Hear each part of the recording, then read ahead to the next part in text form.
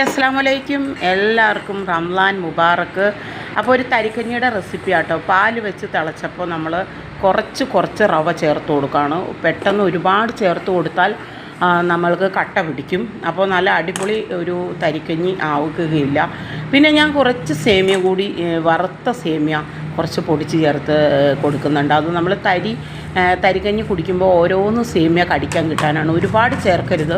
ഒരുപാട് ആഡ് ചെയ്തിട്ടുണ്ടെങ്കിൽ നമുക്ക് സേമിയ പായസം പോലെ ആവും. ഇത് തരിയാട്ടോ. തരിക്കഞ്ഞി എന്ന് പറയും. നമ്മുടെ മൂവാറ്റുപുഴ സ്റ്റൈലിലുള്ള ഒരു തരിക്കഞ്ഞിയാണ്.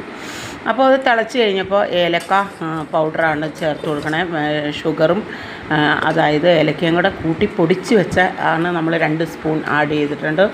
അതിനുശേഷം നമ്മൾ കൈവിടാതെ ഇളക്കി കൊടുക്കുകയാണ്. ഇനി ലാസ്റ്റ് ഘട്ടത്തിൽ കുറച്ച് തേങ്ങാപ്പാലാട്ടോ ഞാൻ ആഡ് ചെയ്യണേ. 2 പാക്കറ്റ് പാലിനുള്ള തരിക്കഞ്ഞിയാണ് ഞാൻ ഉണ്ടാക്കിയത്.